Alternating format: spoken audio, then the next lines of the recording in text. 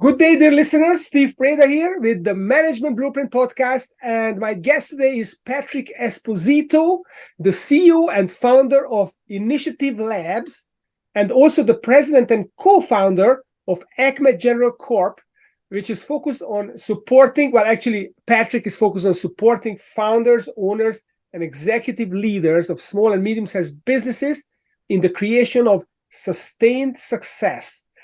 Patrick, welcome to the show. Steve, thanks so much for having me. I really appreciate it. Well, you're the right person for the right place and the right time. So before we get into what you're doing for all these small to medium-sized business owners and executives to help them create the sustained success, how do you get into this business? And particularly already was running a business called, okay, we'll get into the name of it later, but the Acme General Corp. How come what made you then found a second business which is focused on helping these executives? So what's your story? Well, so to your point, I tend to do things, sort of in groups, right? So my initial foray into small and medium-sized business activities was the creation of a startup, Augusta Systems, that ultimately produced some early Internet of Things middleware, but along the way, created an organization, Resilient Technologies, that was ultimately spun off from Augusta Systems with some partners that did something fundamentally different. So, I find often, as a lot of, I think folks who are entrepreneurial find, sometimes doing more than one thing helps to make sure that you do both things very well. So with Acme General Corp, basically taking the lessons learned from 2 decades of doing dual use innovation work in and around the national security space, and basically helping government organizations, prime contractors, and small businesses to utilize commercial technologies to meet American national security needs.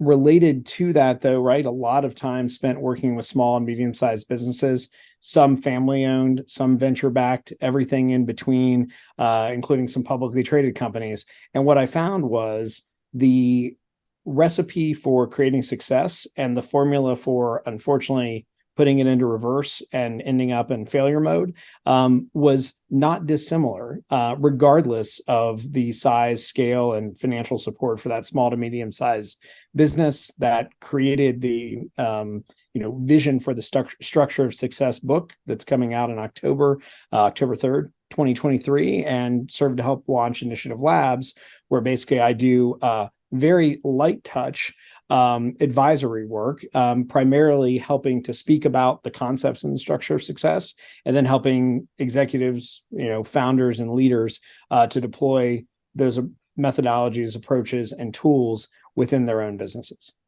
Okay, wow. So you are definitely doing a lot, and I understand that this helps you by doing too much. I don't want to say that you're hyperactive with this, but I know that many entrepreneurs are. So that's definitely how it works. So Patrick, tell us a little bit about this Structure of Success framework. Yep. So what is this about, and how does it help business owners, entrepreneurs to raise themselves on this success ladder? Right. So, just a little background on kind of how we got there, right? With the book and with the framework, took about 2 decades of personal experiences and work advising other, leaders of small and medium-sized businesses, and looked at, again, what were the key elements that I saw driving successful outcomes, and what were the things that led us off path. What I found from those experiences, then I did some research around, right? Surveyed 100 other executive business leaders of successful small and medium-sized organizations and asked them, right, about what were the biggest mistakes they made, what were the things that produced success for them, and how did they get there. And what I found was my 2 decades of experience and anecdotal evidence was supported by this survey-based research that really led to this determination, which we'll get into later, around these 8 categories that are really internally focused that help to drive business success. And in working with, another 100 companies that I've been advising over this, past 2 decades, sort of created this framework of both, approaches to use and tools to use that can allow you to structure very simply, right, in a very practical way, decisions and implementation activities to drive your business forward. So a lot of what I try to do with founders and leaders in small and medium-sized businesses is have them look at both their personal context, right, for decision making, and their, the additional context that they may want to consider, right? So looking at so sorry, Patrick. So it can be complex. There are a lot of elements there, and I'd like to get into this 8 decision context and approaches. But before we go there, so there is a 4-step structure of success framework, which I think the listeners could embrace even when they are driving the car. Let's start with that. Okay, perfect. Absolutely. So, as you mentioned, we go through this 4-step process: assessing, deciding, planning for implementation, and then ultimately implementation. So for assessing, right, there's sort of 5 questions that we often ask. The first one, I think, is the best one, right? Which is, what problems need solved and what opportunities exist for our business to be more successful. And then we ask a series of follow-on questions. What's the context for those problems and opportunities? Because sometimes the problem or opportunity we think we see is actually wrapped into a larger or a list of problems and opportunities that we can only really flesh out when we look at that context. Then we look at, what do we see with each of those problems or opportunities, and how do they impact potentially success or failure of the business? Are there any constraints around addressing the problems or seizing the opportunities? And then what are the options, right, that exist for meeting those opportunities or solving those problems? And so we kind of create essentially this, I tend to think of them almost as cards, right? Problem and opportunity cards that then we put through the next sort of stage gate decision-making process. And there's two levels, right? The first level is, does this problem or opportunity cause a loss of revenue, a loss of profit? Is it, are we seeing a loss of our team members? Is there something else that, is misaligned with our business, right? And then we say, okay, assuming that we understand that, is the reverse true? Could it increase revenue? Could it increase profit? Could it lead to more stability with our team? And then we ask the third question, is there anything else about this that has merit? And assuming we get yes on 1 to 2 of those things, we move it to the next stage gate and say, could we make this opportunity be realized, or could we solve this problem in a reasonable period of time with a reasonable amount of resources? If the answers to those are yes, we then say, should it be one of our top 5 things we're working on? If we don't say it's one of the top 5, but we say it could be done reasonably and in terms of time and resources, we kind of put it in the parking lot, put it on the back burner. But if it's one of those top 5, we usually sink into planning, right? And so we always designate a leader, because you need a committee, right, ultimately to drive things, but you need a leader to make sure that they're actually operating. So we designate a leader, put together a team. We determine what are the key steps that we're looking at for implementation. From there, we identify what resources would be required. We nail down the communication strategies, because obviously anytime you're going to make a change, you want your team, both, your folks who you work with, as well as your clients, right, to be able to understand what changes are happening, why you're making them, and what the benefit is going to be. And then we look at what are reasonable implementation timelines. And once we figure out that plan, we figure out how does that rank in those top 5 things that we ought to work on, because obviously you can't work on too many things at once. That's right. That's right. I tend to think in 3s, right? So once we sort of get those top 3, we then say, okay, what's our stack rank order of implementation? The implementation leader, we designate and we empower that leader with a team and the resources. But we also put together a monitoring program. So, obviously any implementation initiative can go off the rails really quickly if you don't examine how that operation of implementing that, that activity is occurring. We put together, revisit the implementation schedule to make sure that what we planned is actually realistic and that we don't need to tweak it in some way. And then we put together with that team a mechanism for identifying and managing unforeseen issues and obstacles, constantly adjusting that timeline and those implementation steps. And then basically from the very beginning, we determine what is the final activity that's required for implementation, full implementation, so we can finish this and move on to the next activity we need to undertake. So you want to know whether you've done what you wanted to do or not, and this final activity really helps you with that. So just to summarize my understanding, so you basically inventory all your problems and opportunities. You assess what is something that is doable, which is economically feasible. So that's the assess phase. Then you make a decision. Okay, we are going to these are going to pass the test. These are not going to pass the test. It's not going to be economical. So from all the opportunities, you decide your short list of what you could do, and then we prioritize them. What are the top 5? What is the number 1, 2, and 3? So we prioritize, and then you make sure you put the resources. So step 4 is implement. You make a decision. You put the resources behind. You have this project leader to make sure you implement it, and then you make sure that the implementation gets done by designating what is the final step, so you can actually measure yourself. So assess, decide, prioritize, and implement. And then if you keep doing that, I can't see how you would not be successful, right? Well, to your point, right? It is a continual process, and there's nothing worse than a continual project that runs forever, right? Which is why we have that final implementation guideline. But this process of continuing to examine and re-examine, right? What are the problems and opportunities, and what should we prioritize solving? That is something that is continuous, right? And so, I think most organizations tend to do it in a way that, historically, right? Folks operated in these annualized programs that don't work for the way we work and the way the world works today, right? So it needs to be more timely, more consistent, more continuous. When you're meeting as a management team or a governance team, you need to make the time to have conversations about the problems and opportunities that are on the horizon, and be comfortable with reordering those priorities. Yeah, right? That's kind of it's kind of an agile process. It sounds like an agile process for me. Exactly. I mean, if you're a software company, you have 1 or 2 week sprints.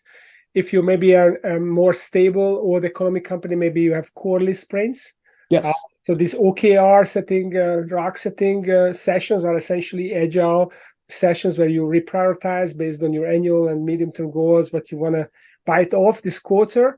That's exactly. And anywhere in between. So some companies, fast-growing companies, are going to do a monthly, maybe sprint or monthly agile cadence, which will allow them to iterate forward. And I just had this call yesterday with a private equity fund manager that is hired me and some guys that work with me to coach their companies, and they said, okay, we want this system, but can we have like a playbook for the next 3 years? What are going to be the elements we're going to implement? And I said to him that it may not be the great idea, because you need to have some flexibility in the system so that you can respond to market opportunities, to environment, customers.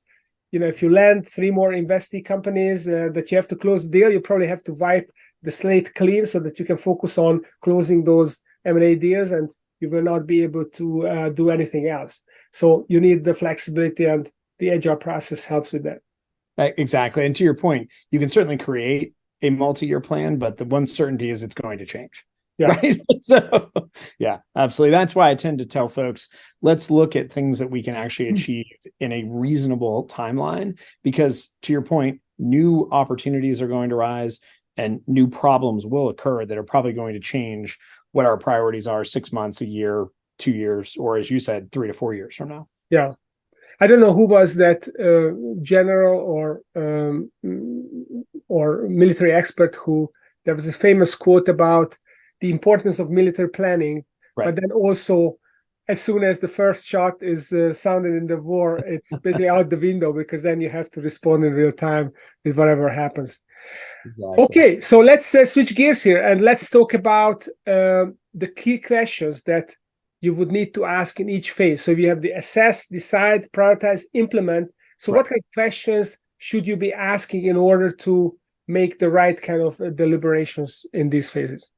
No, absolutely. So, to your point around the 8 decision categories, right? That we, sort of I examined over time with my work and then surveyed others around their experiences, applying these questions and this framework and the process to those 8 decision categories has, to me, produced the most opportunity for success. Now, just because, and we'll talk about the 8 categories here in a minute, just because those are the 8 categories that I've seen and that tend to, I think most folks would probably agree, those are the primary 8 categories. That doesn't mean that for your business, all of them are relevant. That certainly doesn't mean that that's an exhaustive list, right? There may be more, there may be less. And a lot of that depends on how you operate your business, what business you're in, and frankly, what the structure is, right, of the organization. So, a lot of this process is about trusting yourself and your team, right? To have these conversations, to be able to be open, to having, frank and candid assessments of what's right, what's wrong, and where do we need to go. And when you look at the team, right, that tends to start with 2 groups.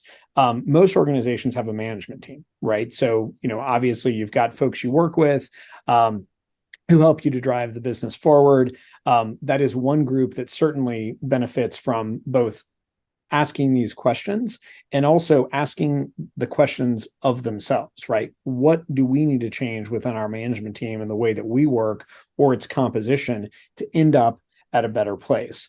The same thing occurs with, sort of governance. And one of the things that I tend to see with small to medium-sized business owners is they tend to cringe when you bring up the phrase governance at times.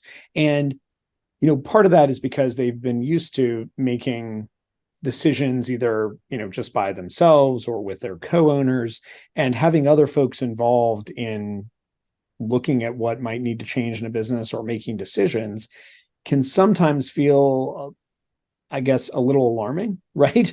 But if you look at the reason why public companies or why larger organizations, right, backed by the private equity funds or venture funds have boards, it's because there's certainly, and I believe this is true of most individuals and most businesses, we're not perfect, right? We don't have all of the solutions. We don't have all the answers. And often we get these blinders on and we can't really see sometimes the opportunities or the problems that are in front of us. So one of the things that I've often found with small and medium-sized business owners is looking at the process of how is your governance team structured, and are you comfortable with the idea of, even if you don't want a full-fledged board of directors, do you want some type of security council, right? Composed of either advisors, a formal board of advisors, professional advisors, or even just, informal friends and family types of conversations that can help you work through and look at some of the information that will present itself to you about your business. And so, when we find that the management team is well structured and has diversity in experiences and views, and the governance team, right, in some form, whether formal or informal, exists to sort of supplement that management team with the type of experience and talent you may not be able to bring into your business full time, right, into the management team, we tend to see, frankly, better analysis done, both the assessment, decision making, and the prioritization around planning and implementation. And then as you go through that journey, right, there's looking at how the business is operating. And part of that is, where are you going strategically, right? Is your direction correct, or do you need to make adjustments and pivots? And also, have you created the growth infrastructure to support both where you're going today and where you may be going tomorrow? And, I tend to look at a lot of folks being, probably like myself, which is, you want to create revenue growth, but you also don't want to chip away at the margin by spending too much. But when you are a bit cautious on expenses, sometimes you underinvest in infrastructure, right? And you may need to make decisions around tools or around personnel so that you take some of the hats that you've been wearing, right, for years, probably too many hats, off. You begin to bring someone in to run the finances, to potentially look at HR, those sort of core infrastructures that generally aren't doing the revenue generation, but that you need to continue to be that revenue generator, right? And then as we move forward through that journey, the other four areas that we tend to see creating, either the opportunities for success or, unfortunately, the problems that arise, is making sure you have some type of structure for the owners or investors in the business if there's going to be changes, right? Because we see conflict that occurs between founders, see conflict that occurs between investors and founders. Having a model for how you're going to unwind or extract so that you can basically not kill the business if you end up with these conflicts.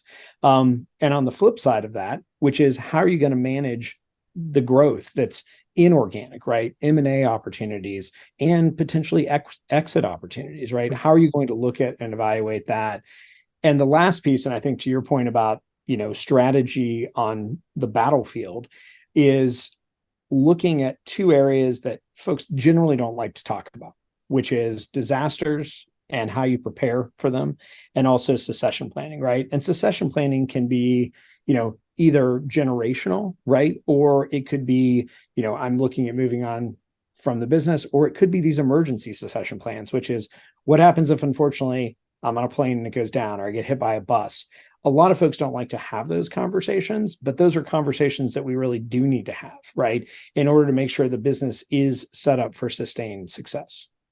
Yeah, and people think that it's about the future, but it's also about the present, because if the people around you, they don't have certainty that the company has a future, they gotta want to hedge their bets, and they more likely to look for another opportunity or be open to another opportunity. Yep. Or they just be less excited about working for the business because they don't see the blue skies above it. And this is a huge opportunity. And I see a lot of business owners who, when we talk about the vision, they only think about their personal vision. Okay, right. I'm going to retire. I want to sell this business in 3 years. So our vision is 3 years. No, right. Guess what? This investor doesn't want to buy a business that has no vision beyond you selling them, because that's the kickoff point for them. So they want to buy a vision, right, which is well beyond the acquisition, and where the people are on board and they are building beyond the founder, and they have this succession plan. So the company is its own entity, and they have something that makes money for them for the long term. So that's these right. are really important questions, Patrick. So if people would like to engage with you and learn more about what you do, learn about your book, right. want to learn about Initiative Labs, where should they go for the information? Right. No, great question, Stephen. Thank you very much. So obviously there's an author website, patrickesposito.com, that's up where you can learn more about the book and pre-order it from, most of your online retailers. It'll be in stores October 3rd. So feel free to buy it either, advance order or, from your local bookstore on or about October 3rd, but you can pre-order now. Obviously, Acme General Corp has a website, acmegeneral.com, where you can learn more about what we do with public sector innovation. And then Initiative Labs, which is sort of the adjunct to the Structure of Success, where we, light touch help executives, founders, and leaders of small and medium-sized businesses to use the framework from the Structure of Success in their business. And when I say light touch, it's because we don't want to, be involved in the business for a sustained period. We want to hand you the playbook that you can run to go execute this on your own. Because at the end of the day, right, to your point around vision, most entrepreneurs, most small business leaders, they have a clear vision. What we endorse as a plan is to make sure that vision is supplemented by your management team and by folks who have experience, right, on a governance team. And you all, the folks you trust, you should be making those decisions. Yeah, you can run with it. And the book is titled The Structure of Success? Yes. Absolutely. The Structure of Success, a framework to help build your business better. Love it. Okay, well, that's what we need, a framework to build our business better. This is a podcast of framework. So thank you very much, Patrick Esposito, CEO and founder of Initiative Labs and the co-founder of Acme General Corp. So thanks for coming and sharing your wisdom. And those of you listening, do check out our YouTube channels where you can watch this episode in full. Also, I welcome you to follow Steve Plate of Business Growth on LinkedIn, where we produce short videos summarizing the key framework points of each of our episodes. We have over 180 episodes. They're all going to be there soon. So don't miss that. And then you can go and watch the whole show whichever you like. So thank you for listening. Thanks for coming, Patrick. And everyone have a great day. Thanks so much, Steve.